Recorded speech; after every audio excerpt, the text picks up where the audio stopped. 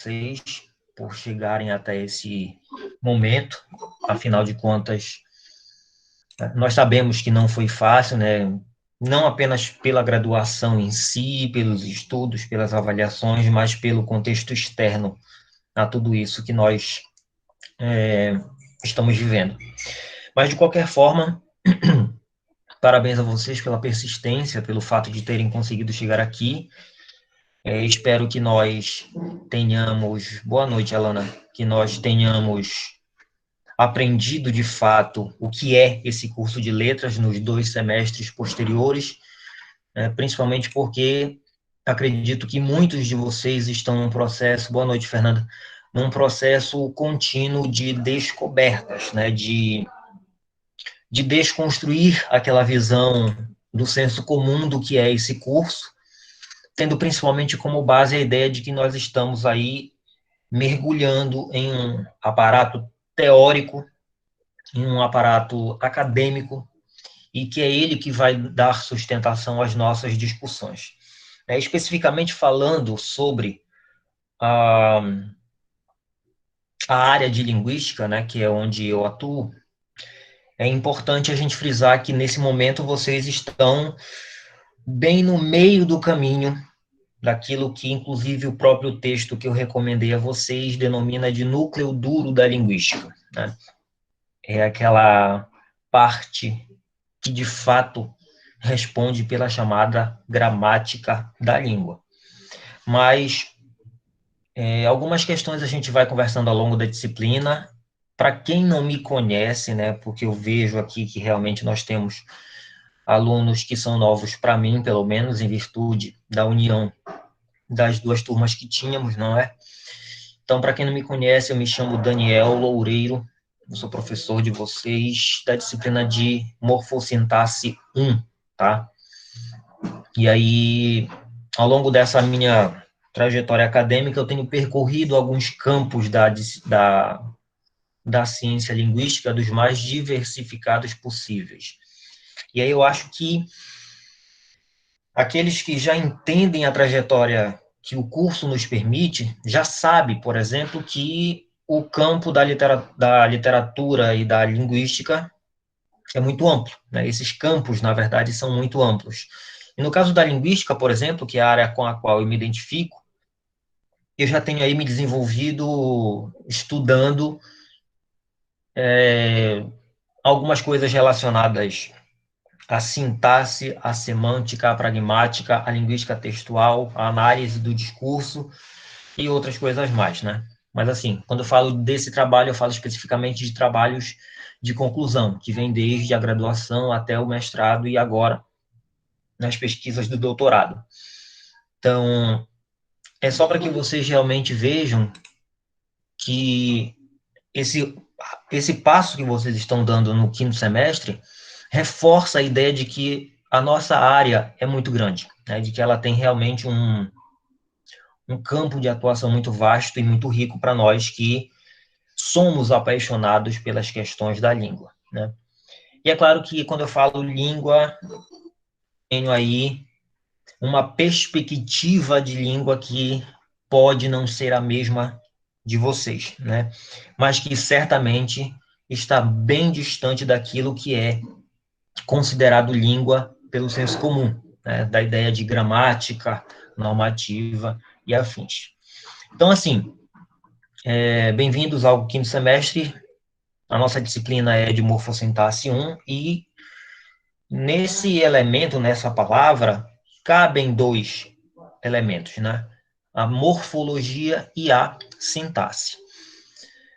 Nesse momento, nós vamos nos dedicar especificamente aos estudos, aos conceitos e a tudo aquilo que diz respeito ao campo da morfologia em si. É claro que a ideia de morfossintaxe vai aparecer quando nós precisarmos discutir a relação que as 2 disciplinas têm, né? Porque elas têm, de fato, uma relação muito ampla, muito rica, inclusive. Então, é como se nós dividíssemos as coisas em 3 pares, né? Nós temos, de um lado, a fonética e a fonologia, nós temos a morfologia e a sintaxe, e, por fim, a semântica e a pragmática, né? Então, é para que a gente entenda em quais campos vamos pisar nesse momento. Nós vamos puxar algumas coisas de fonética e fonologia, já digo a vocês.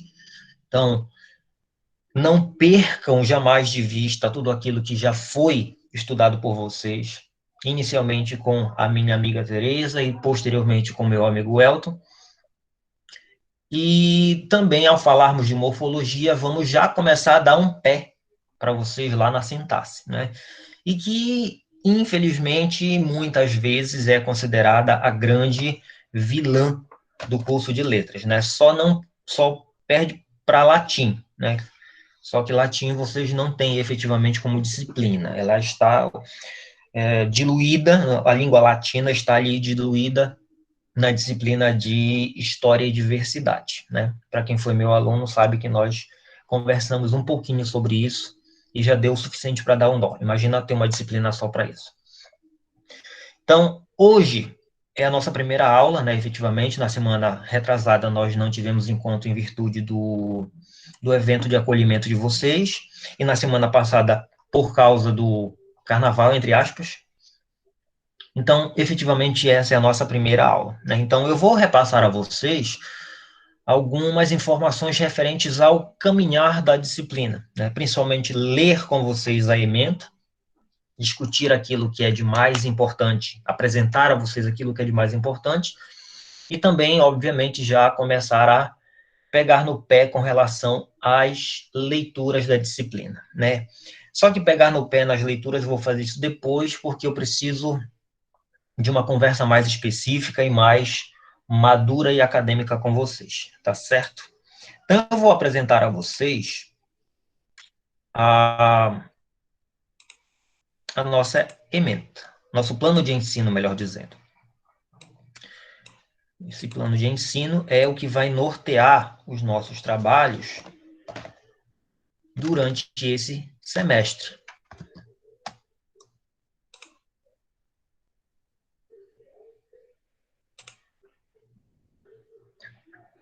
Eu não sei se todos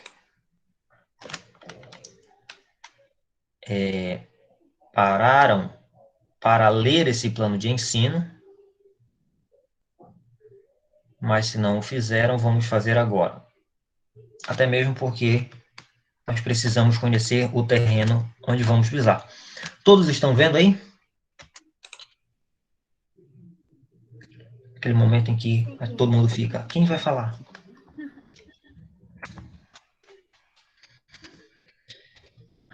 Bem, as informações básicas, né, que identificam a disciplina, a nossa carga horária é de 80 horas, uma carga horária semanal de 4 horas, e aqui a gente já começa a conversar sobre algo que eu acredito que vocês já estejam bem cientes, é de que nós temos, de fato, 4 horários de aula por semana, né? E que, de fato, são hoje. Então, nosso horário é, na teoria, das 7 até as 22 horas, né?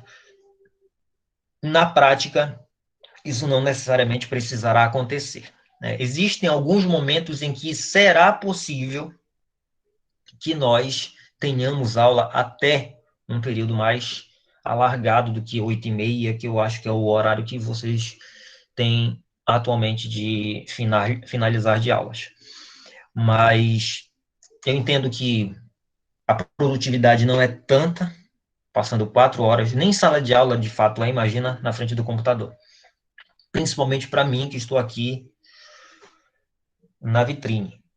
Mas eu gostaria muito de salientar que esses horários offline, né, essas aulas assíncronas, elas precisarão ser cumpridas por vocês no que diz respeito à leitura dos materiais, aos fichamentos, à elaboração de questionamentos, de perguntas, né?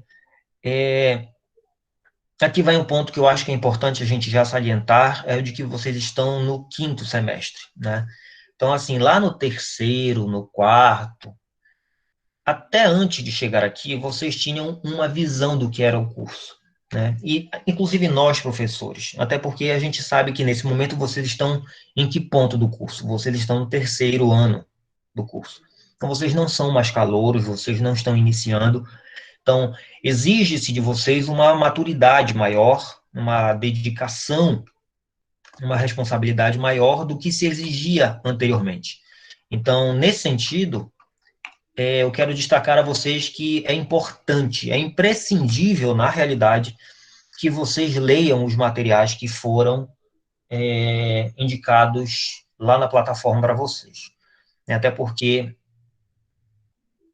todas as nossas leituras serão a base para a execução das atividades avaliativas de vocês, tá? Que é algo sobre o qual nós vamos conversar posteriormente. Mas, por exemplo, hoje nós não, obviamente, teremos aula até 10 horas, porque nós estamos aqui apenas apresentando, conversando coisas básicas e iniciais sobre a disciplina. Tá? Então, assim, o que que pede? O que que eu devo fazer? O que que eu vou ver na disciplina de morfossintaxe, Daniel? Na disciplina de morfossintaxe 1.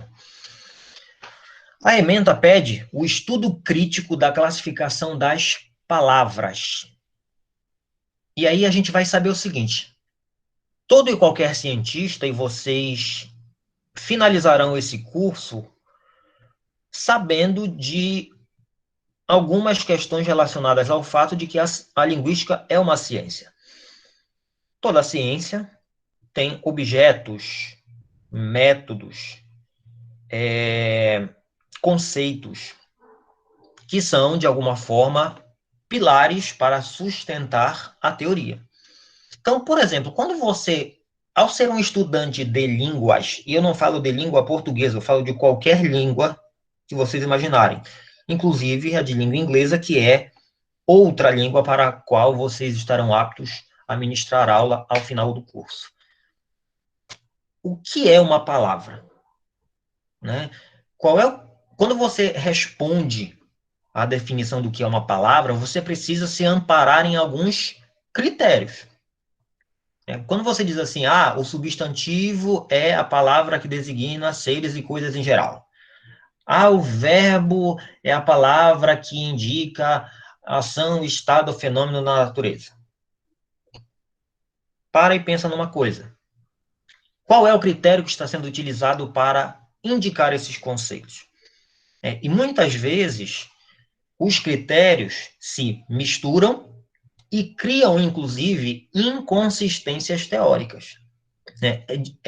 Parte disso é que o estudo científico da morfologia nos auxilia a verificar quais critérios são mais ou menos significantes para a afirmação da classificação de algumas palavras. Então, nós temos aí basicamente 3 critérios com os quais vamos trabalhar. Os critérios mórfico, o sintático e o semântico. São 3 critérios diferentes para a classificação de palavras. Vamos falar também sobre o vocábulo formal e os constituintes mórficos. Vamos falar de formas livres, formas presas e formas dependentes. E também sobre a teoria dos morfemas. Certamente vocês já ouviram falar na palavra morfema e já conseguem, de repente, fazer algum tipo de analogia com uma outra palavrinha que já conhecem de Linguística 2. Lá em fonologia, eu sei da existência dos fonemas. E aqui nós temos os morfemas. Só por essa relação, eu acredito que vocês já conseguem ter noções mínimas do que pode vir a ser o morfema. Mas vamos fazer um experimento básico aqui. Eu gosto de fazer esses experimentos. Alguém pode me dizer o que é fonema?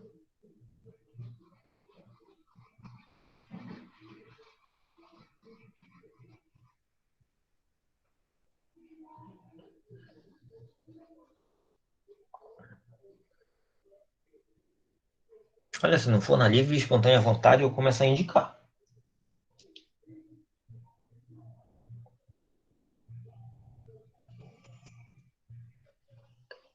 Não vai? Antônio, você que foi o primeiro a entrar em sala. Qual é a sua definição de fonema? O Fred até saiu.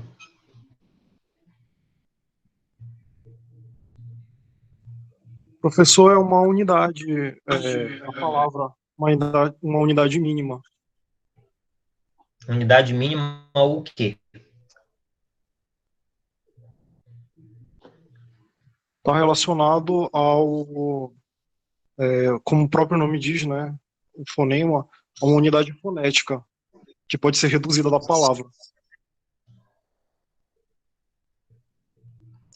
Vamos ajustar e lembrar que quando a gente fala de fonética e fonologia, nós estamos falando do estudo dos sons, né? Então, fonema é a menor unidade sonora significativa de uma língua. Se eu penso nesse nível, né, de que esse fonema é uma unidade mínima sonora, o morfema também tem uma ideia de mínimo, né? É uma unidade significativa mínima, mas certamente não é do som. Só que isso nós vamos ver depois. Nós vamos falar também sobre a apresentação e análise dos processos de formação de palavras em português. Isso daqui certamente vocês já conhecem do ensino médio, isso se trabalha, aliás, inclusive muita gente trabalha isso no ensino fundamental, no 8º, 9º ano, né? Em que a gente conhece lá as formas de construir palavras em português, palavras novas, né? Como os processos de derivação e composição. Só que aqui, é claro, nós vamos dar uma leitura muito mais científica, muito mais rigorosa, como diz a minha professora de morfossintaxe do doutorado, mais elegante do que é esse processo de formação de palavras. Vamos falar também sobre a flexão nominal e a flexão verbal, que são dois fenômenos que têm íntima relação com processos morfossintáticos, né? E é legal a gente pensar justamente por que a disciplina se chama morfossintaxe, porque quando se pensa em flexão numa língua, aliás, numa língua não, no português, nós estamos falando que é de um processo que é para além da morfologia, mas é um processo que dialoga diretamente com a sintaxe. Vamos falar, obviamente, de classes de palavras no português, retomando, de fato, tudo aquilo que já discutimos antes, e vamos falar sobre as aplicações ao ensino do português, né? Todas as vezes, na verdade, em que estivermos conversando sobre essas questões mais teórico-metodológicas, nós vamos estar, de alguma forma, com um pé no ensino. Uma das coisas que mais preocupa hoje a formação acadêmica de professores é o fato de que, hoje, muito se discute teoria, mas pouco se vê aplicabilidade em sala de aula. E aí a gente não pode perder de vista que um objetivo básico da formação de vocês é prepará-los teoricamente, metodologicamente, para atuar no ensino básico, né? Promover a vocês a construção desse repertório teórico para atuar no ensino básico. Mas é claro que vocês têm outros caminhos, como, por exemplo, a pós-graduação. Mas isso é outra coisa. Então, nunca perder de vista, gente, vez ou outra, quando estivermos aqui dialogando sobre questões teóricas profundas, a gente precisa, de alguma forma, também pensar como é que isso aparece lá no ensino médio, como é que isso aparece no ensino fundamental. É claro que a gente vai precisar ter uma outra linguagem, uma outra forma de levar tudo isso para lá. Não é pura e simplesmente como nós vamos ver aqui. O objetivo geral da disciplina é proporcionar a vocês conhecimentos para a descrição e análise de aspectos morfossintáticos da língua portuguesa, né? Perceba uma coisa que é importante, que o nosso objetivo não é ensinar ninguém a usar corretamente a morfologia ou a classificar corretamente as palavras na língua. Ninguém está aqui para se tornar perito em classificação morfológica de palavras, como a escola tradicional faz, colocando uma frasezinha para o aluno e o professor pede, faça a análise morfossintática da frase. Aqui é você saber descrever, é olhar para dados da língua e saber analisar criteriosamente os elementos que constituem aquele elemento, no caso, a palavra, que é o objeto central dessa disciplina. O que vocês devem saber fazer ao final dela, então, é conhecer o campo dos estudos morfológicos, reconhecer os componentes morfológicos e a sua estrutura, definir palavra por meio de diferentes critérios, identificar tipos diferentes de morfemas, conhecer os processos de formação de palavras em língua portuguesa, compreender a ocorrência de flexão nominal e verbal em português, conhecer as classes de palavras em língua portuguesa e suas características, relacionar os estudos morfológicos e sintáticos e também identificar contribuições para o ensino de língua materna. O nosso conteúdo é, basicamente, falar sobre as características das línguas naturais e os níveis de descrição e análise linguística. Então, quando a gente fala de línguas naturais, nós estamos, na realidade, falando de todas as línguas do mundo. Essa diversidade de línguas no mundo, que são da natureza humana, possuem suas características, que diferenciam de língua para língua. Então, por exemplo, a nossa noção de morfologia em português, que nós ainda vamos construir aqui, é completamente diferente em muitas outras línguas pelo mundo. Por exemplo, uma coisa básica que eu acredito que todo mundo aqui consiga entender de imediato. Em português, a marca que indica o número plural é colocado ao final da palavra, certo? Ou seja, o S que indica plural sempre vai para o fim da palavra, com exceção da palavra quaisquer, que é a fuga da regra. Mas qual é a regra básica do português? É colocar o S ao final de uma palavra para indicar o seu número plural. Daniel, significa dizer que isso acontece em todas as línguas do mundo? Não.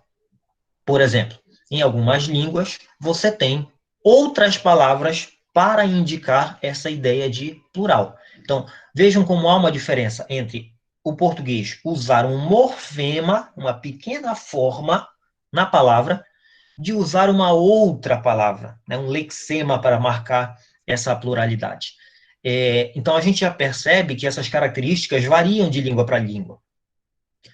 Nós vamos também discutir os pressupostos teóricos dos estudos em morfossintaxe, vamos falar dos estudos morfológicos definidos e delimitados, pensar nas unidades morfológicas e a estrutura interna da palavra, vamos definir, obviamente, o que é palavra, vamos identificar morfemas, isso aqui é um exercício que nós vamos precisar fazer ininterruptamente, processos de formação de palavras em língua portuguesa também, falar das flexões nominal e verbal, de classes de palavras e aplicações para o ensino. Então, as nossas metodologias têm a ver com as leituras dos textos, em primeiro lugar, isso é imprescindível. Vamos também fazer o uso de algumas mídias eletrônicas, os vídeos, por exemplo, que ficarão gravados aqui a partir das aulas, são um deles. O acesso a algumas páginas que, vez ou outra, eu vou indicar para vocês, e aí, obviamente, existem páginas conceituadíssimas, para quem não conhece o trabalho da Abralim hoje, que é a Associação Brasileira de Linguística, tem feito uma contribuição gigantesca durante esse período da pandemia, destacando e dialogando com muitas teorias, da alfabetização e letramento até questões de diálogo sobre gêneros, sobre línguas, sobre identidades, sobre culturas. Vamos também falar, usar o ambiente virtual da plataforma, usando os fóruns, os chats, os questionários eletrônicos, e isso aqui está repetido. Então, e para finalizar, eu vou explicar melhor isso daqui agora, a questão da nossa avaliação, que será, obviamente, processual, que eu vou buscar verificar a aprendizagem de vocês e o domínio de conceitos a partir de algumas atividades discursivas e de questionários de múltipla escolha, que valerão de 1 a 4 pontos, dependendo da atividade, do nível dela, que no NPC 1 e 2 somarão 10 pontos.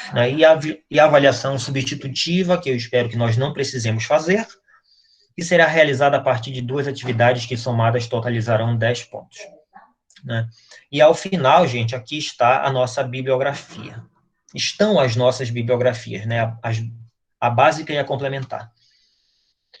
O livro Morfossintaxe, da Flávia de Barros Caroni, o Linguística Aplicada ao Português Morfologia, de Inguedor Koch e Maria Cecília Silva, o Introdução à Morfologia, da professora Maria Carlota Rosa, e a bibliografia complementar, que é o Teoria Lexical, da Margarida Basílio, a Palavra e a Sentença, de Batista, e Morfologia Portuguesa, do Lemos, José Lemos Monteiro. Tá? Então, assim, é óbvio, gente, e aí eu acho que a gente precisa ter muita clareza disso, de que nós não vamos esgotar de forma alguma tudo aquilo que o estudo da morfologia possui, né? É como se nós estivéssemos apresentando a vocês, sei lá, você quer comprar uma casa, eu vou te levar num condomínio onde tem muitas casas à venda e vamos apenas passar pela frente de cada uma delas, né? Eu vou explicar a decoração da frente de cada uma delas e com de repente, a progressão dos estudos de vocês em pós-graduação é que vocês terão acesso a teorias mais profundas. Mas o importante é que vocês saibam daqui, sabendo que existem estudos teóricos profundos sobre a morfologia, né, que é um campo aí que atrai muita gente, muitos estudiosos da área da língua se interessam pela questão da palavra numa língua, até porque, como nós vamos ver, palavra em outras línguas não tem de forma alguma nenhuma relação com o que nós achamos de português, né?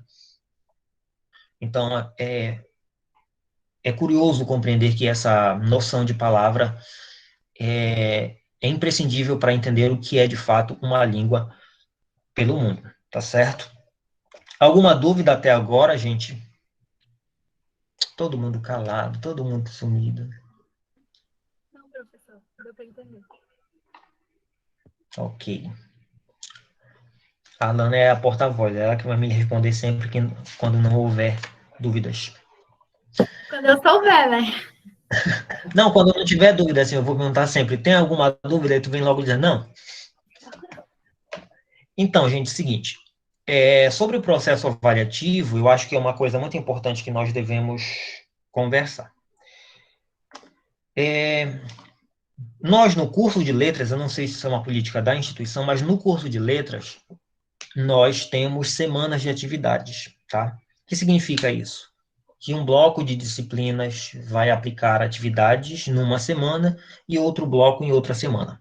Isso é uma tentativa de não sobrecarregá-los, né, de não fazer com que vocês tenham um excessivo quantitativo de atividades a entregar.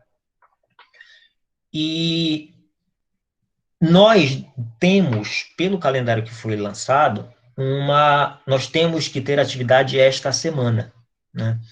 Então, preocupado justamente com o fato de que nós não tínhamos tido até agora nenhum tipo de aula, eu conversei com o Gabriel, o coordenador do curso, e disse que após a aula de hoje é que eu iria propor a atividade avaliativa de vocês, né? É óbvio que nós não temos base teórica, nós não temos categorias ainda tão profundas para discutir, nem para fazer qualquer atividade de uma profundidade teórica muito grande.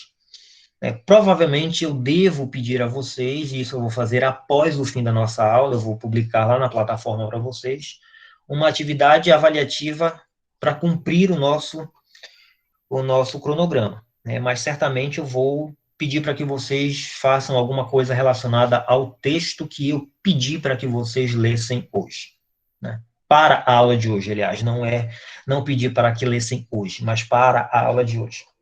Então, só para deixá-lo ciente de que nós vamos conversar um pouco sobre o texto que eu pedi para que vocês lessem, e após o término da nossa aula,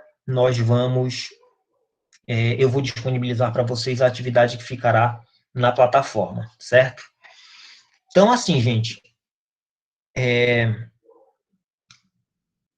sobre o nosso campo de estudos, eu quero apresentar a vocês duas coisinhas rápidas. Uma delas diz respeito ao... Cadê? Estou apresentando alguma coisa? Uma delas diz respeito a algumas correntes teóricas que vocês já conhecem, inclusive, né? Isso eu tenho certeza que vocês viram já em Linguística 1, que diz respeito assim, quando nós pensamos nos estudos da linguística, nós estamos falando de escolas teóricas, né, de correntes de pensamentos.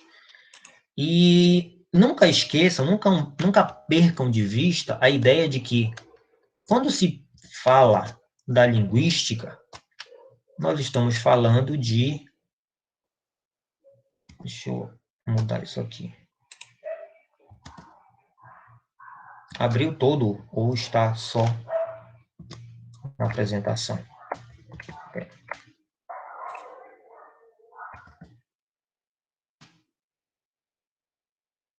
Nós estamos falando de, basicamente, 3 correntes que são importantes para a formação desse pensamento na linguística. É o estruturalismo, e vocês devem se lembrar fatalmente do nome de... Quem é o pai do estruturalismo, gente? O Saussure, muito bem. Ponto para o tio El.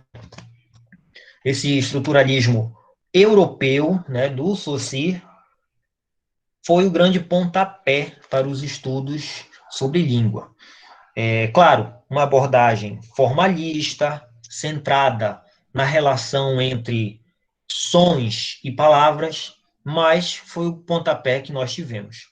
Em seguida, nós tivemos o advento de uma outra perspectiva científica nos estudos de língua, que foi o pensamento gerativista. O gerativismo,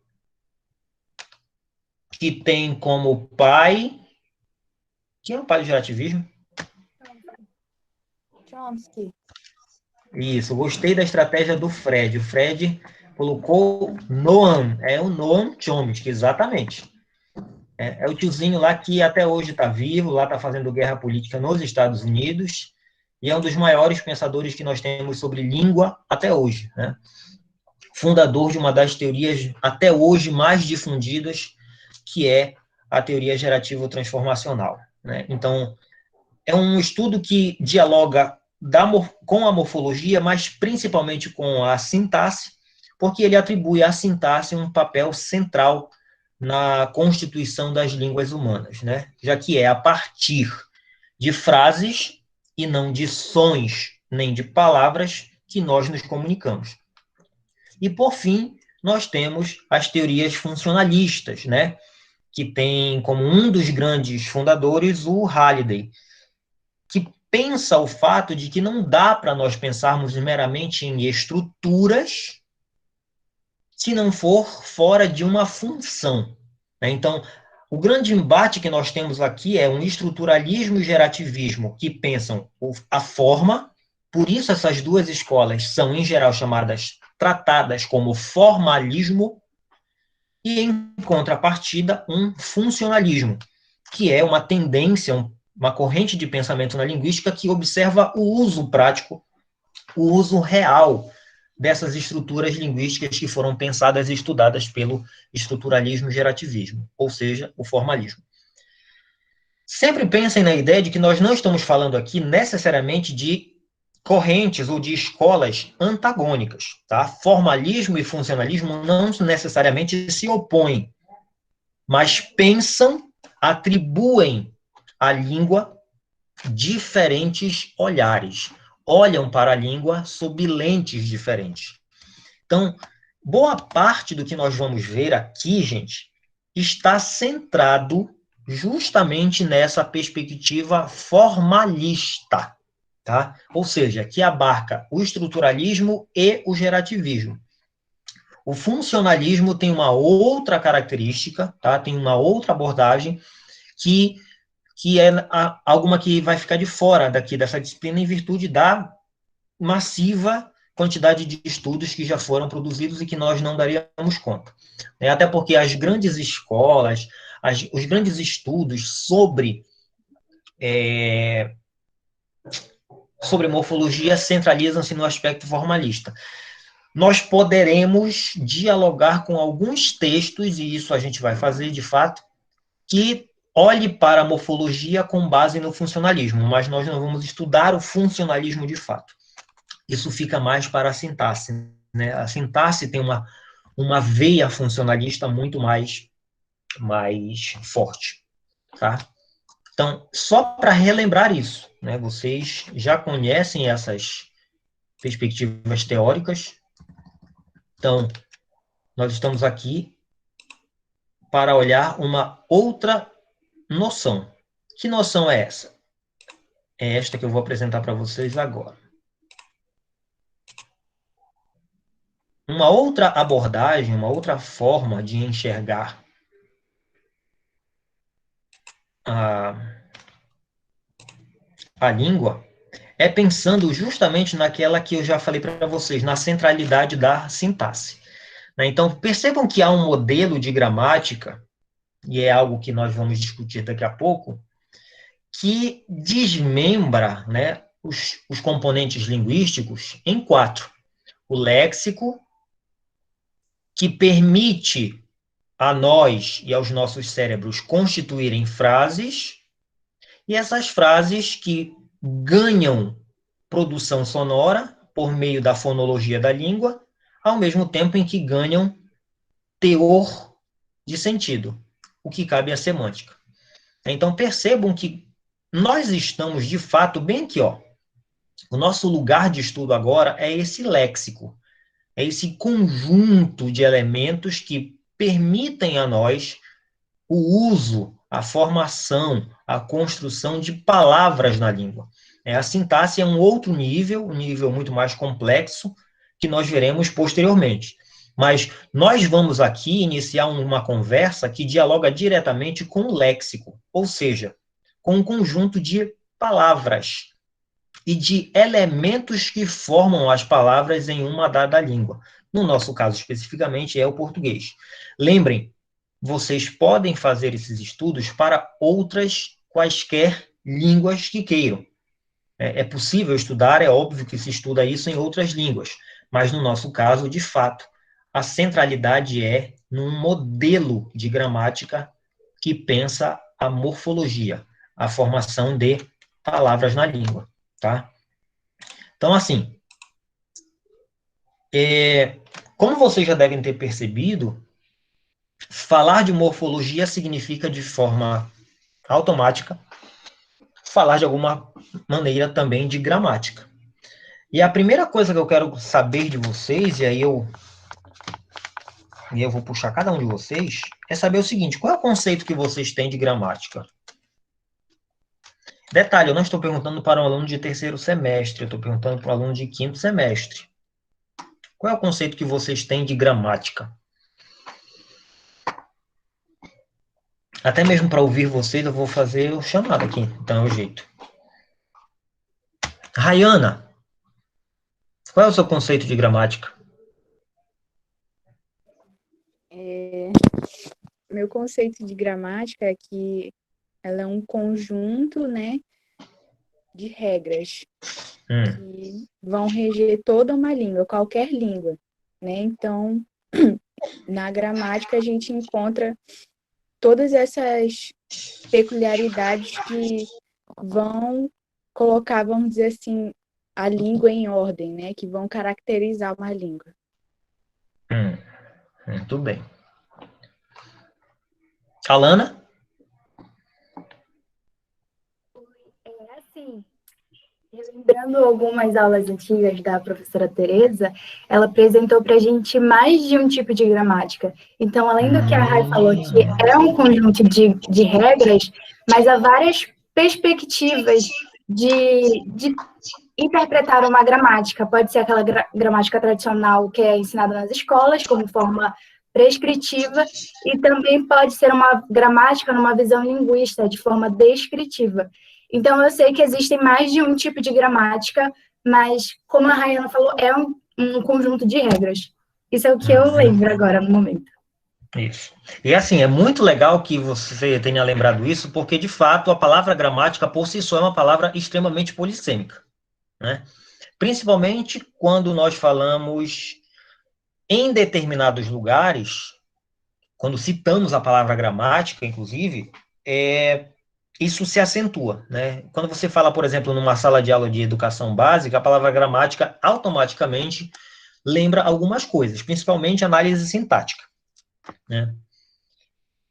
Mas, pensar a gramática como o conjunto de regras de uma língua significa que nós precisamos saber também o que é que nós definimos como regras. Porque essas regras não podem ser pensadas a partir de uma perspectiva prescritiva. Não é regra para bem falar e escrever, mas são as regras que, de fato, constituem a língua. São aquelas que ocorrem, que acontecem, de fato, dentro dessa língua. Então, realmente a noção de gramática que a gente vai precisar ter para além dessa polissemia da palavra, é pensar que realmente nós estamos falando de um conjunto de regras, de constituições que permitem a determinada língua existir. Sempre lembrando uma coisa que também a Rayana citou. Todas as línguas possuem gramáticas e todas as variedades de uma língua possuem, as variedades de uma língua possuem gramática. Tá? Não esqueçam disso. Porque uma coisa que a gramática prescritiva, normativa da escola nos ensinou é de que somente existe regra, obediência à gramática, a chamada variedade padrão. Tá? Mas a gente precisa também ter ciência de que todas as variedades de uma língua possuem também gramática. Né? Às vezes, uma gramática muito diferente da gramática da variedade padrão. Então, assim, é muito importante que vocês tenham isso em mente. Eu espero que vocês consigam revisitar isso com facilidade, porque, de fato, é um conceito que nós vamos repisar algumas vezes. E aí eu quero saber o seguinte de vocês. Só levanta a mão, bora, não precisa nem abrir o microfone, só levanta a mãozinha aí quem puder. Quem foi que leu o texto que eu deixei para vocês? Adriano, a Alana, a Estela, muito bem. Olha só, olha, eu estou muito orgulhoso. Como vai ficar gravado, eu vou aproveitar e vou elogiar publicamente a LL05NA pela leitura do texto. Então, assim, eu acho que é um espaço que nós temos para justamente eu também li, né? Que é um espaço que nós temos justamente para poder dialogar e pensar os diferentes conceitos de gramática que vocês encontram aí no texto. Então, assim, eu vou aí buscar a participação de vocês para que nós possamos construir esse primeiro diálogo, tá? Então, assim, o texto começa apresentando para nós a ideia de que a gramática, gente, é um conhecimento linguístico, né? Embora o material nos apresente o fato de que a concepção de gramática é variada, eu preciso lembrar que a ideia de gramática, para nós, e não apenas no livro, mas para nós, estudiosos da língua, a noção de gramática precisará ser vista como conhecimento linguístico. E aí não esqueçam que quando nós falamos de conhecimento linguístico, nós falamos de algo que, numa vertente, inclusive a vertente do Chomsky, esse pensamento gerativista, é um conhecimento que nós temos. Existe no nosso cérebro uma espécie de departamento, um lugar específico, em que há uma estrutura pré-montada para que nós consigamos usar, aprender uma língua. E aí eu quero saber de vocês o seguinte, quais concepções de gramática esse texto trabalha? Esse texto que nós acabamos de falar aqui. Ele cita mais de um conceito? Ele explica mais de um conceito? Como é que funciona para vocês essa noção de gramática segundo o texto?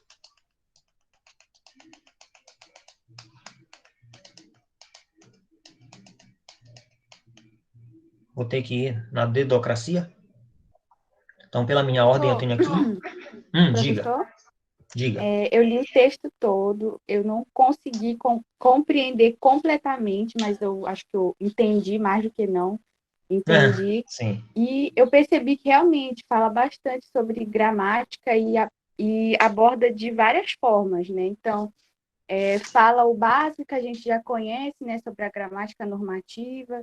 Aí fala sobre a gramática tradicional, né? Que tem origem na tradição grega. Aí fala da gramática no domínio da ciência, aí fala da gramática, conhecimento, fala da gramática, disciplina, né? Que é aquilo que a gente já tem internalizado, aquilo que a gente aprende.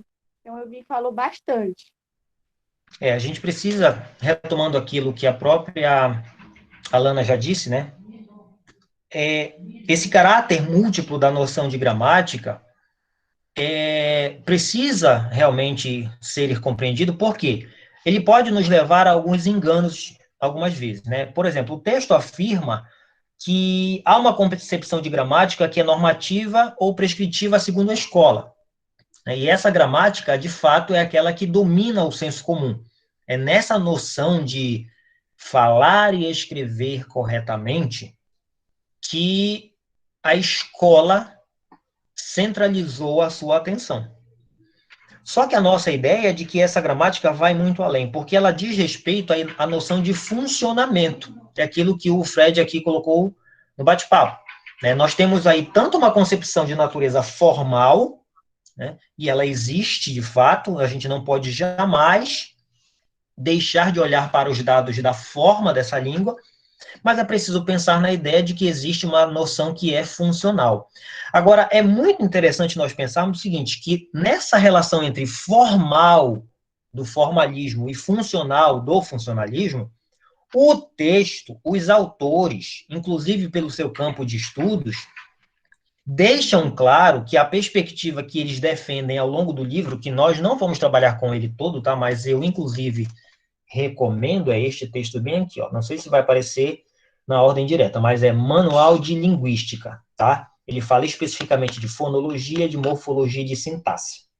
E aí esse livro tem como base especificamente estudos de natureza formal, tá? E não é um texto que vai discutir a gramática de uma perspectiva funcional. Perspectiva funcional nós temos outros nomes, inclusive, né, que vamos aqui conversar mais tarde, mas é pensar que essa natureza formal da língua é o centro, justamente para pensar essas estruturas. E no final do texto, se eu não me engano, isso é destacado, né? Isso é deixado muito claro. Outra coisa que eu quero saber aqui de vocês, quero outra pessoa para me responder.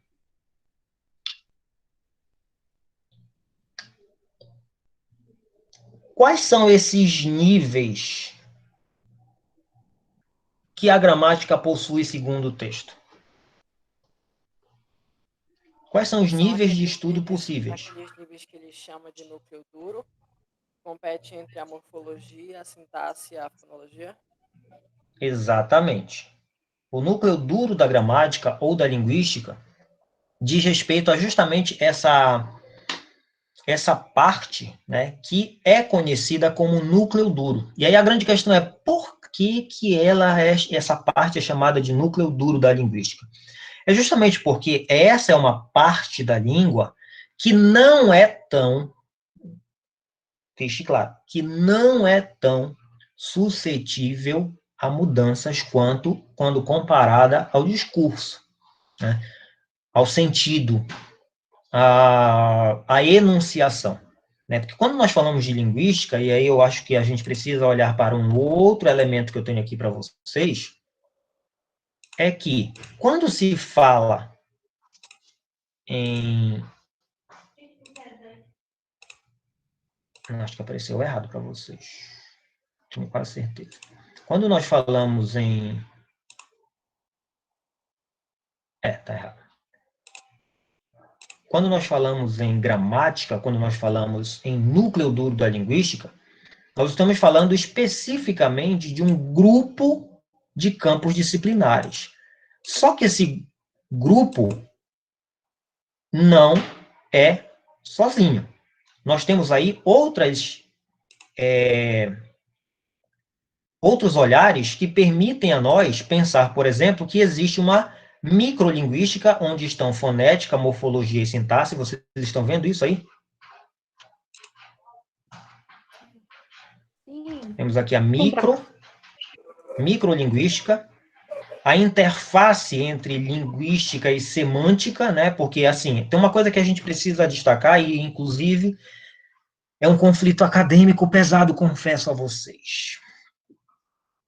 muitos estudiosos da nossa área, principalmente os formalistas, tendem a dizer que linguística é da fonética à sintaxe.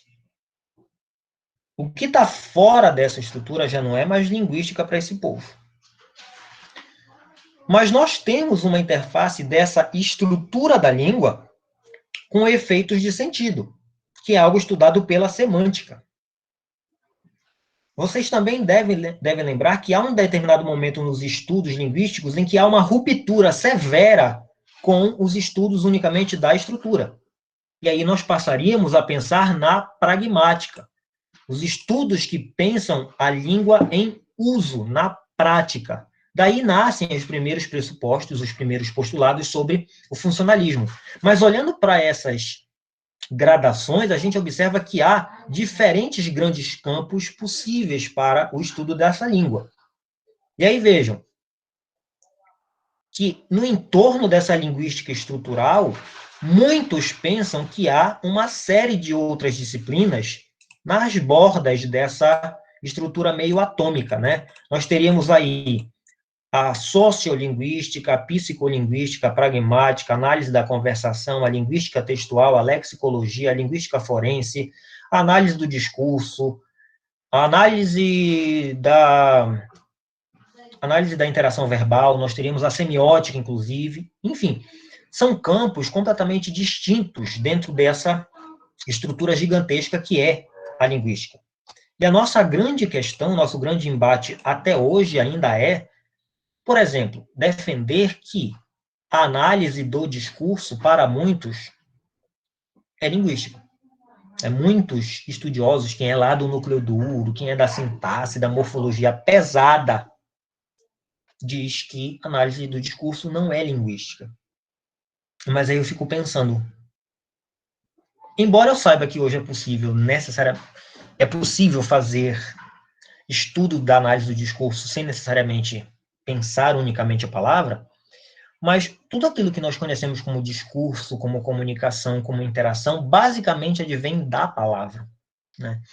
Então, esse confronto, esse debate em torno do que é a linguística é algo que a gente precisa começar a pensar também, né? Para além do que é a sintaxe com a questão estrutural, existem outros campos possíveis de serem pensados a partir das lentes da linguística. Mas nós aqui estamos pensando especificamente na morfologia, como a nossa área específica, né? E aí eu acho que vocês que leram o texto já sabem, por exemplo, que quando eu falo de morfologia, eu estou falando da estrutura e da formação das palavras. Então, o que permite a um falante natural do português criar uma palavra sem nunca tê-la ouvido? Ou escutar, ou ler uma palavra na internet e dar a ela uma interpretação, sendo que ele nunca leu essa palavra na vida. Então, são essas questões que permitem a nós pensar o seguinte: quem conhece, quem sabe uma língua, não precisa saber de todos os seus mecanismos. Precisa ter uma noção mínima da constituição dessa língua. Precisa conhecer essas regras gramaticais que permitem a nós deduzir certas coisas. Então, é por isso que a centralidade desse texto está na ideia de que a gramática é, acima de tudo, um conhecimento linguístico. Saber gramática significa necessariamente conhecer a língua que se fala. E aí independe da gramática normativa.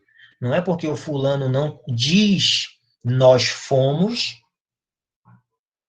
e ele apenas usa a gente fomos que ele não sabe a gramática da língua. Opa! Ele sabe a gramática de uma variedade da língua, não necessariamente a variedade padrão ou culta, né? Que são coisas diferentes, inclusive. Outro ponto que já foi citado é a ideia de gramática tradicional, porque vem da ideia da tradição grega. E é muito importante a gente lembrar o seguinte: por que a palavra tradicional tem esse peso tão grande nos estudos de língua? É justamente porque ela advém da ideia de que isso é uma tradição, tá? É uma tradição dos estudos da língua.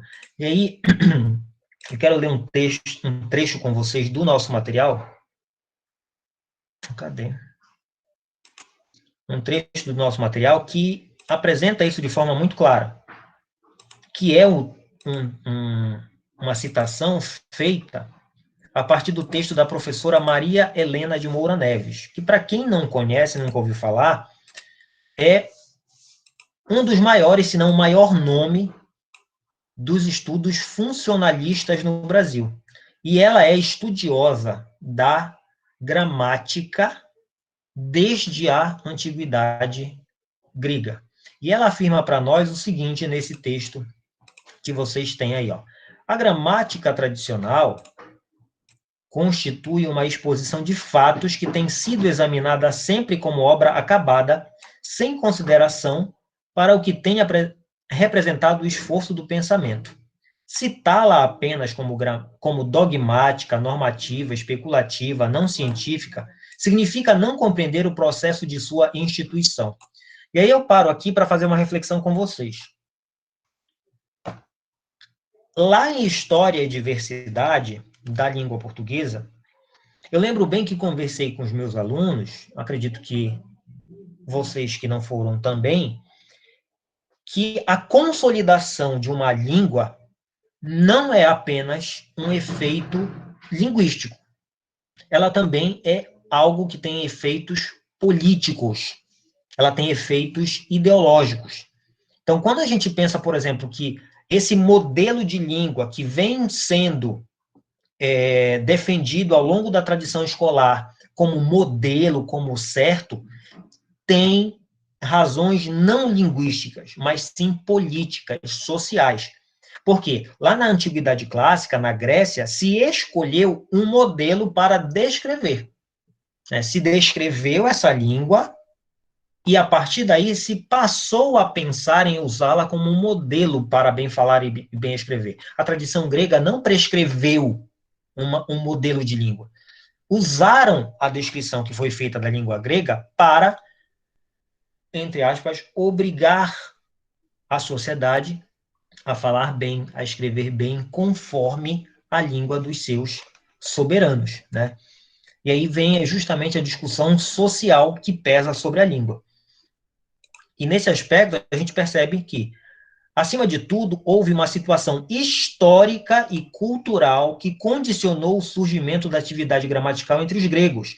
Essa atividade pôde surgir, porém, porque séculos de vivência intuitiva e mais séculos de desenvolvimento de um pensamento teórico criaram condições para o exercício de uma atividade prática teoricamente fundamentada. Ou seja, aquilo que foi constituído pelos gregos passou a fazer parte das discussões sobre a língua, uma vez que havia sustento teórico, havia possibilidade de que aquilo fosse levado adiante.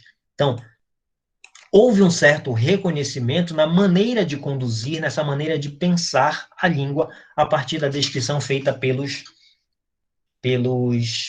gregos, né? E aí, gente, 3 pontos que o material destaca para vocês, que são... Cadê?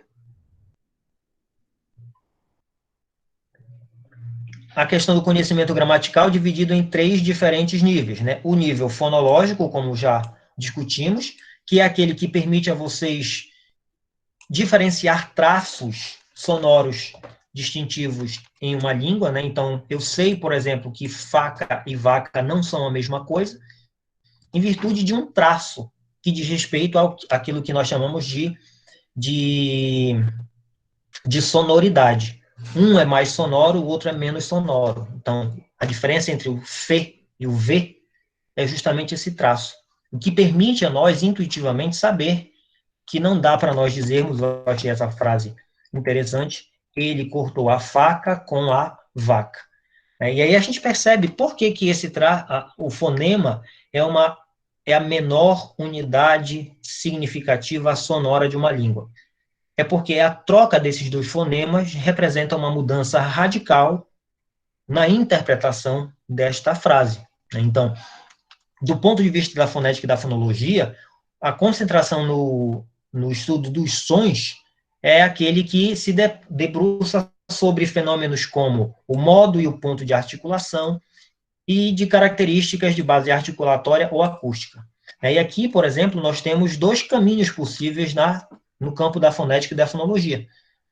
A fonética acústica, a fonética articulatória são campos diferentes de atuação do foneticista. Então, de repente, se alguém se apaixonou, amou de fato estudar fonética e fonologia, existem muitos caminhos possíveis dentro dessa área. Quando nós falamos aqui de gramática como conhecimento morfológico, é daquilo que nós efetivamente vamos conversar, tá? Então, assim, nós todos sabemos que existe uma relação entre os sons que nós pronunciamos e as formas que são assumidas nas palavras. E o texto aponta para vocês que a palavra linguística, por exemplo, é constituída por pelo menos 4 diferentes elementos. Esse e esse. E sendo que esses mesmos elementos aparecem em outras palavras, ou outros vocábulos, né? A gente ainda não vai diferenciar o que é palavra do que é vocábulo, porque ainda não cabe, mas palavra e vocábulo são coisas diferentes, tá? Então, por exemplo, este elemento aqui está presente na palavra linguagem. Este elemento bem aqui está presente na palavra analista. Este elemento aqui está presente na palavra atômico, e este elemento aqui na palavra criança. Então, o conhecimento morfológico está, na realidade, condicionado a esse reconhecimento. Eu passo a reconhecer a partir de uma espécie de inventário, de um depósito mental, de pequenas, de microestruturas que a língua tem, e que eu vou acumulando durante a minha vivência, durante a minha vida. Então, a morfologia vai se debruçar efetivamente sobre questões relativas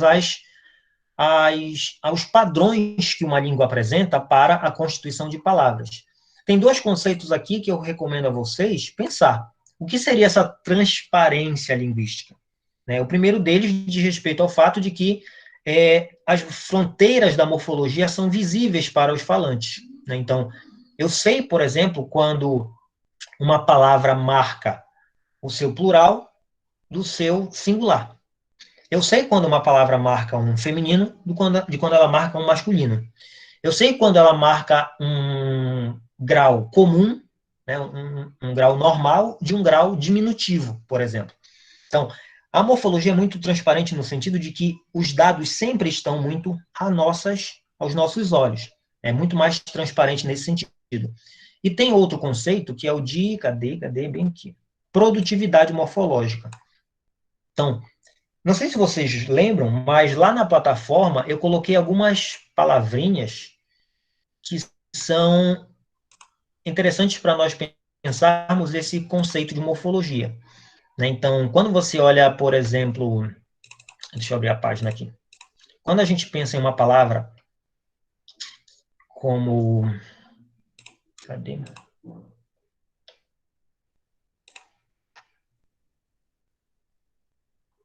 Uma palavra como internauta, por exemplo. Olha só, pensa comigo. A palavra internauta vem de internet. Isso aí certamente não é problema para ninguém. Mas, como é que eu consigo saber ou produzir uma palavra como internauta, sabendo que, em primeiro lugar, a palavra internet não é uma palavra da língua portuguesa? Por que é justamente essa partezinha chamada nauta, que permite a mim imaginar que o internauta é aquele que navega na internet? E é muito interessante pensar o fato de que isso é algo muito intuitivo. Por quê? Porque a palavra nauta, para quem não sabe, tem raízes latinas e tem a ver com quem navega, os navegantes de antigamente. né? Os tripulantes, naute. Acho que quem lembra de latim sabe do que eu estou falando. Essa declinação da palavra nauta e naute tem a ver com navegante, né? Marinheiro, aquele que navega. Ou seja, navegar na internet é o que faz um internauta. Então, o que permite a nós, falantes do português, nativos, sabermos o que significa uma palavra como essa? Outra que está lá na plataforma de vocês é a palavra googlear, né? Outra palavra de origem estrangeira. Eu pego o Google, legal que agora a gente vai falar de um verbo. Eu pego a palavra Google, que é um nome, e acrescento a esta palavra um elemento que em língua portuguesa funciona como um verbalizador, ou seja, que transforma uma palavra em verbo. Eu coloco essa marca AR. Eu não precisei de nenhuma aula de gramática, nenhuma aula de morfologia ou de sintaxe para saber que googlear significa mais ou menos a mesma coisa do que pesquisar no Google, ou dar um Google. Então, tem alguma coisa dentro do nosso conhecimento linguístico, e aí tem a ver com a nossa noção de gramática, porque isso é algo morfológico, que aparece, que dá o start no meu conhecimento. Né? Então, é essa ideia que a gente precisa construir a partir da nossa disciplina de morfologia, né? Desse conhecimento que permite a nós falantes, por exemplo, eu já usei essa ideia, de que o S em português, o S à direita do tema em português, representa o plural dos nomes. E isso explica, por exemplo, que as crianças, quando estão em fase de aquisição da linguagem, digam algo como um lápis. Em determinado momento do uso linguístico dessa criança, eu não sei se alguém aqui que conviva com crianças já tenha ouvido isso, mas a criança, em determinada fase, ela associa essa marquinha do S final à ideia de mais de um. Então, se ela está falando de apenas um, eu tenho que tirar esse S.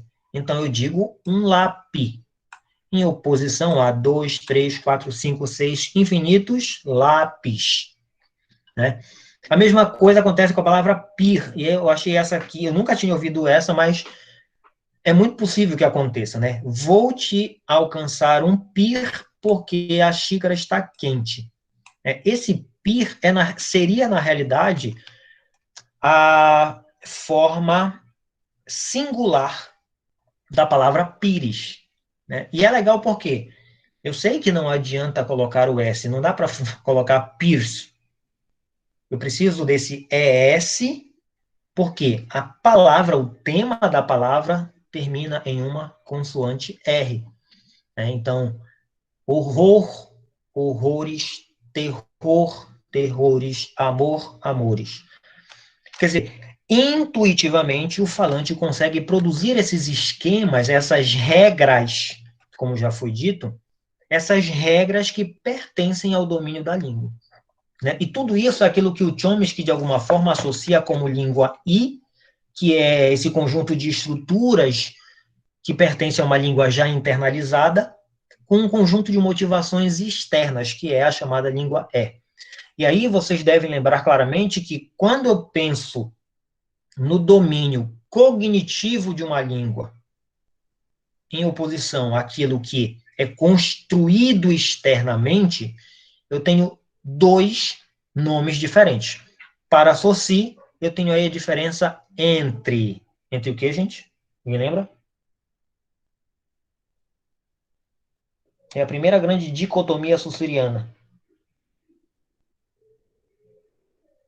Fala e língua, professor. Exatamente, Rayana. É a diferença entre aquilo que eu sei, aprendo socialmente, língua, a estrutura psíquica, e aquilo que eu, de fato, uso, aquilo que eu coloco em prática individualmente, que seria a fala. Né? A primeira grande dicotomia saussuriana. Para Chomsky, isso recebe um outro nome, né? a competência e o desempenho, ou performance, como o próprio texto aponta para nós. A competência seria a língua, a capacidade inata que todos nós temos de construir essa arquitetura linguística na mente humana, mas que, na prática, cada um de nós coloca de uma forma diferente, que é a performance ou o desempenho. Significa dizer que todos nós somos dotados de uma capacidade, mas que cada um de nós põe em prática essa capacidade de formas diferentes. É a comparação que o texto faz com o que? Alguém lembra?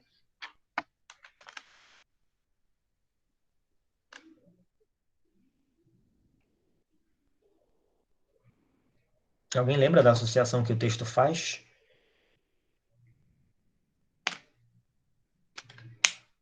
O silêncio. Qual é a pergunta, professor? Eu não ouvi. Qual é a comparação que o texto faz entre essa ideia de competência e desempenho para algo da nossa vida prática?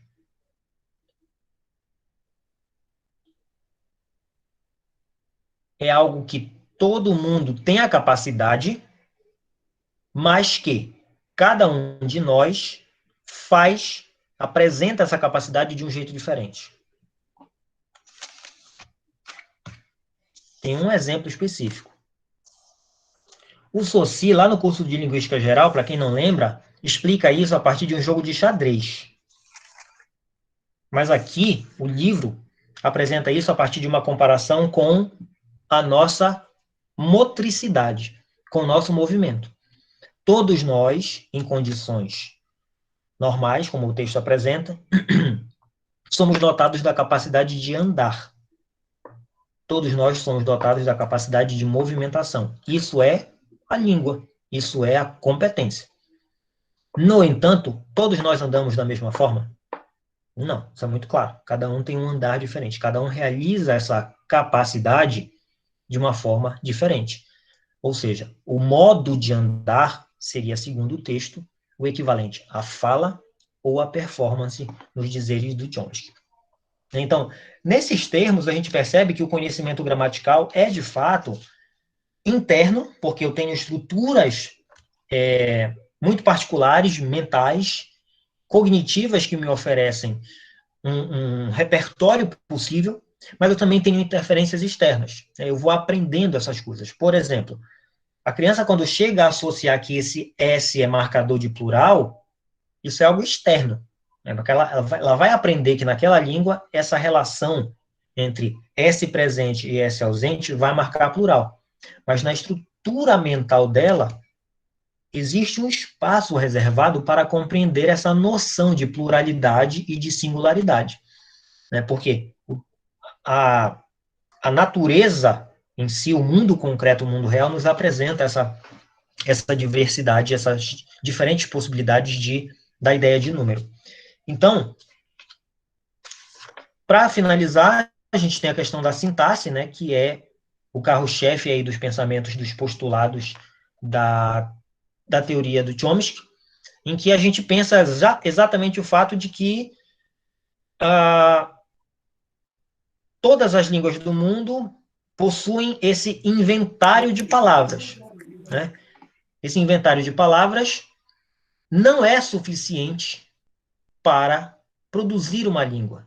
A gente sabe muito bem que decorar palavras não leva ninguém a saber uma língua. O que, de fato, nos permite iniciar esse processo de aprendizado de uma língua, conhecer uma língua, é também ser capaz de produzir e compreender frases inéditas. Olha como é interessante a gente pensar nisso. Eu sei que googlear e que internauta tem esses sentidos específicos porque na minha memória estão armazenadas essas 4 partes: internet, alta ou nauta, o Google e o ar, como marcador de verbo. Mas a sintaxe é o elemento da língua que me permite, por exemplo, compreender frases inéditas. Então, é como se houvesse uma capacidade muito maior, porque isso não está no nosso cérebro. Isso está justamente na capacidade que nós temos de compreender e de formular frases completamente novas. E isso, de fato, é algo que o Chomsky, ao opor-se à noção de comportamentalismo, que é uma corrente baseada, sobretudo, na ideia de aprendizagem orientada por estímulo-resposta, propõe que o ser humano possui inatamente, por isso ele afirma que a língua é inata, um dispositivo de aquisição da linguagem. E é esse dispositivo que permite ao homem produzir um número infinito de regras, infinito de sentenças bem formadas, a partir de um conjunto finito de regras. Isso aí vem a partir da noção de recursividade, que é algo que vocês verão em sintaxe. Mas, basicamente, é para que a gente entenda o que é a gramática da qual nós vamos falar na nossa disciplina. Nós temos aí um conjunto de princípios teóricos, de dados linguísticos, de conceitos, de material que vai precisar servir de base para a nossa construção de conhecimento acerca do que é o processo de formação de uma palavra numa dada língua. Então, isso, na realidade, gente, era apenas uma apresentação básica do que é a nossa disciplina, tá? Essa discussão é muito mais ampla, teórica, porque eu preciso que, antes de mais nada, vocês saibam o que é gramática e em qual... Porque, como já foi falado, esse conceito é muito amplo. Agora, em qual deles nós vamos nos ancorar? Com qual deles nós vamos dialogar mais frequentemente? É justamente pensando a língua como sendo construída por uma gramática e que essa gramática é um conhecimento linguístico. É claro que vocês estão aí no meio do caminho desse núcleo duro. Já passaram pela morfologia, pela fonética e fonologia, estão na morfologia e irão para a sintaxe. Então, assim, essa conversa inicial era para apresentar a vocês quais noções são importantes para nós pensarmos a nossa disciplina a partir de agora, certo? Eu imagino que, de repente, para quem não leu o texto, e até para quem leu, já que quem foi que alguém me falou isso, que embora tenha lido, ainda tenha ficado com algumas dúvidas, podem ser retiradas a partir de uma leitura mais atenta desse texto. Então, esse texto foi apenas um iniciador, um introdutório de tudo aquilo que a gente vai entender como gramática a partir de agora.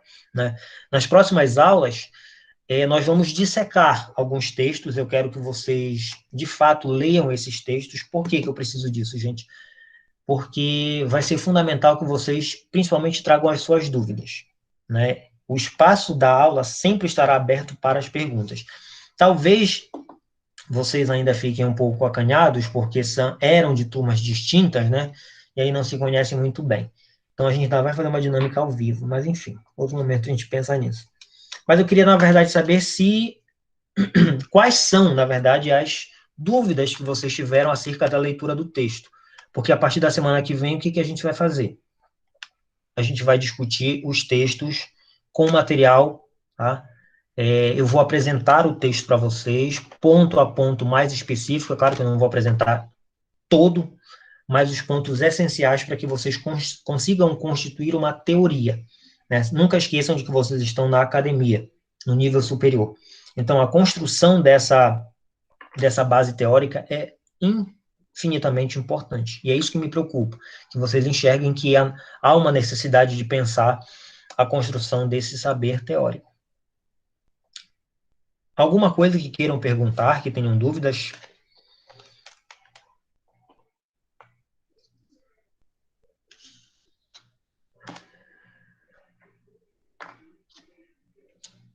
O silêncio me diz que não. Eu acho que pelo silêncio da turma de vocês, eu vou precisar continuar no meu ritmo de pergunta. Vai ter que ser assim. Que foi, Vivian? Diga. Esse livro, eu acho que o Elton indicou para a gente ler, foi no terceiro semestre, daí essa parte do texto foi bem assim, como eu posso dizer, familiar para mim, porque eu já tinha lido também metade desse livro quando o Elton indicou. Muito bem, Vivian, que bom. Então, se ele passou para vocês, eu acho que ele também passou para o pessoal que era da tarde.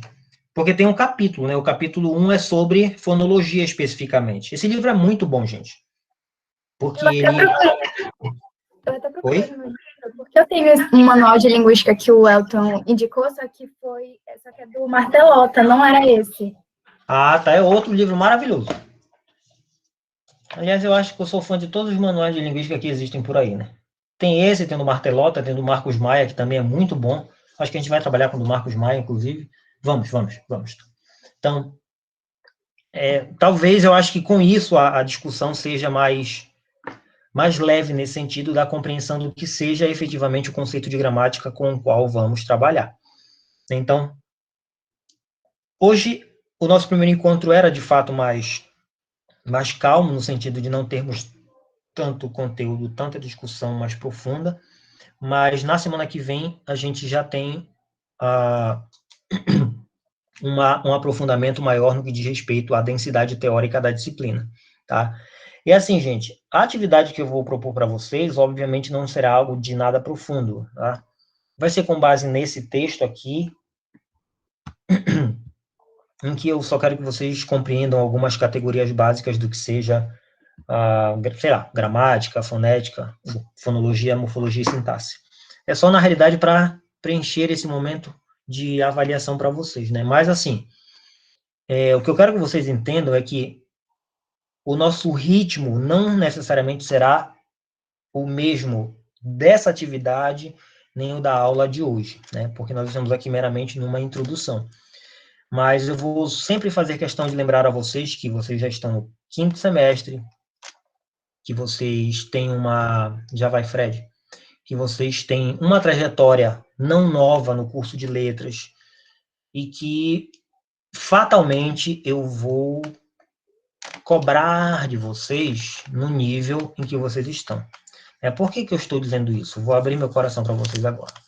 Porque eu já passei por situações de que a turma reclama do fato de que, o Daniel, tu não eras assim no 3º semestre, tu tá muito mais difícil, tu estás muito mais difícil do que no começo. E aí a gente precisa entender o seguinte, vocês já estão muito além do 3º semestre.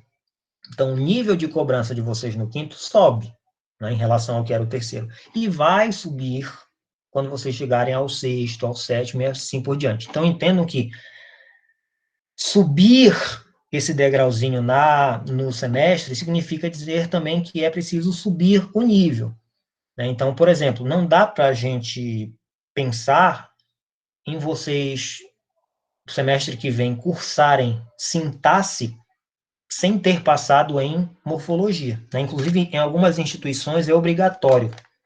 O aluno não pode cursar sintaxe sem ter sido aprovado, inclusive, em morfologia.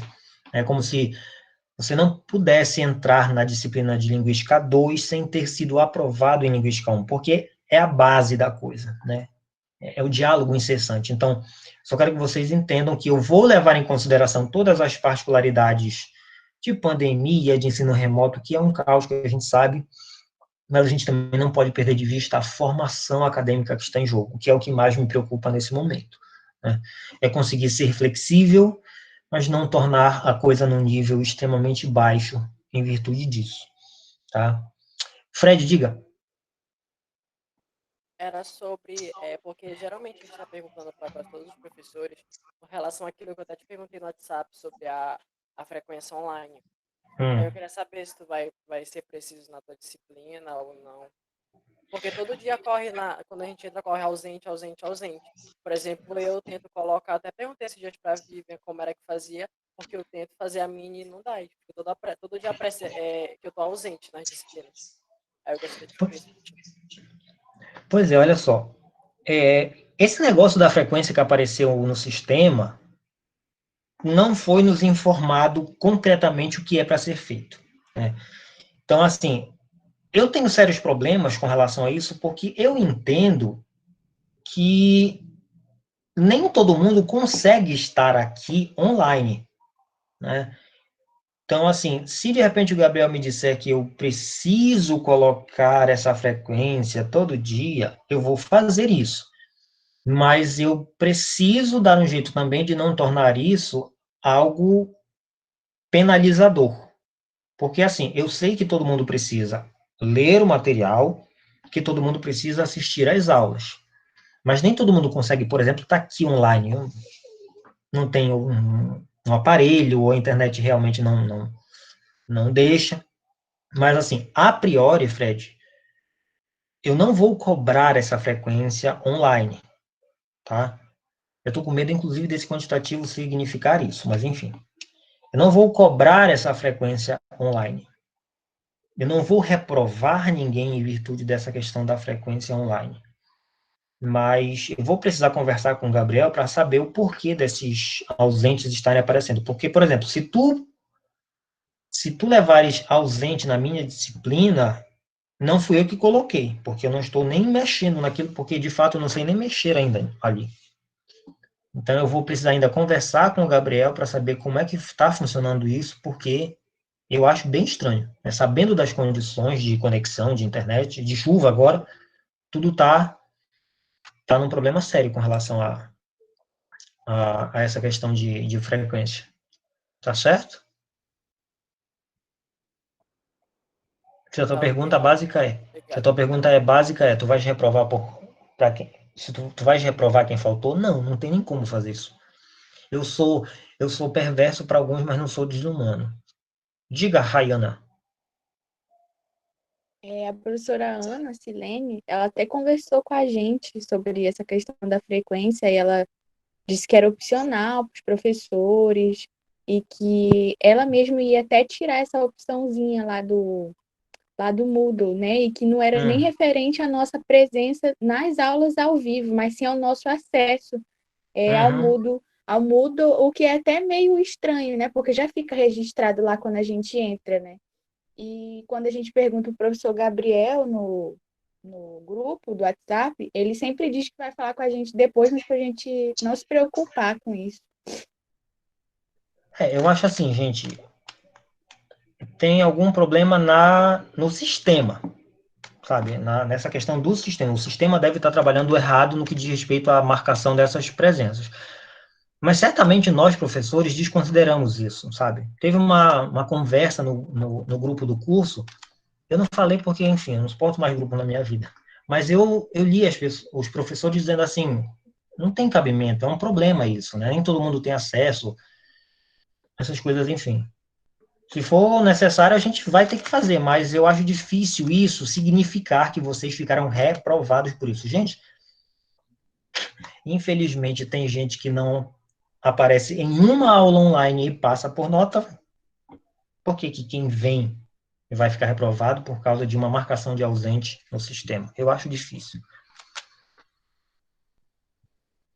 Mas a gente ainda vai conversar sobre isso, provavelmente. Tá certo? Não fiquem afoitos. Não é presença, né? Por ausência na minha aula, ninguém vai ficar prejudicado, ninguém vai ser reprovado. A ausência na minha aula vai ser motivo de você, de repente, não sair muito bem se você não ler ou se você não assistir às aulas.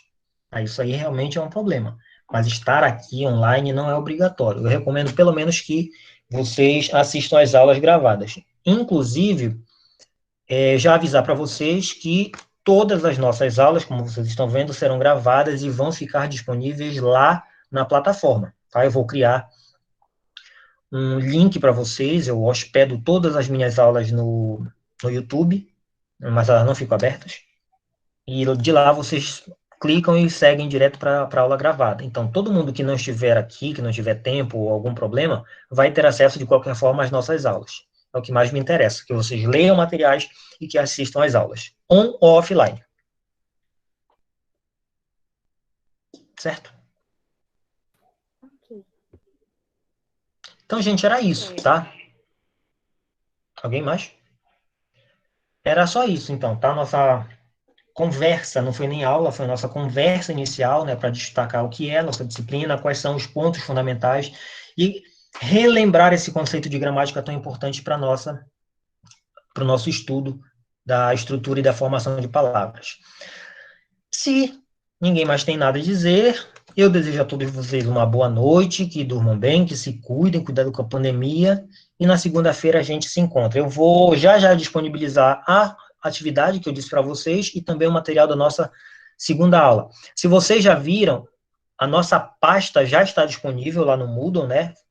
Faltam, se eu não me engano, 2 textos. O texto 2 da nossa próxima aula e o último texto que falta eu escanear. Mas eu vou fazer isso assim que terminar a aula aqui, tá certo? Então, não tendo mais nada a dizer, eu desejo a vocês uma boa noite e que na semana que vem estejamos aqui firmes e fortes. Saúde e até lá. Tá bom, professor. Obrigada. Boa noite. Boa noite. Boa Boa noite. noite, professor. Boa noite, galera. Tchau. Boa noite.